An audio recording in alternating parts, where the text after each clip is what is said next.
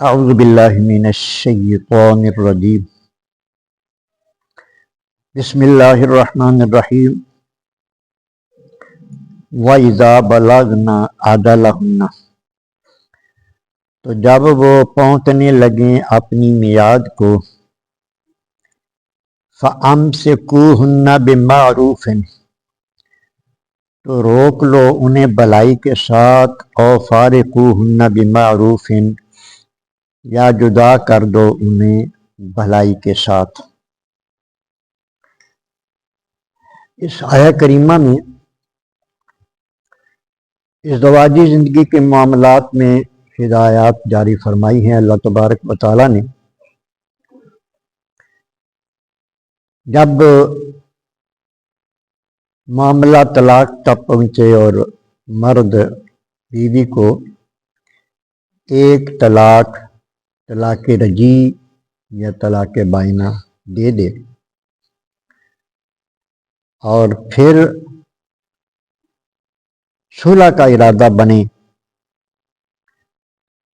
تو اللہ تبارک و تعالیٰ نے ارشاد فرمایا کہ عدت کو جب پہنچنے لگے، مدت پوری ہونے لگے، پوری ہونے سے پہلے تم رجوع کر سکتے ہو، یعنی اپنی بیوی کو علیحدہ ہونے سے روک لو، گھر چھوڑ کر جانے سے روک لو، لیکن کس طرح روکو؟ بمعروف، بھلائی کے ساتھ۔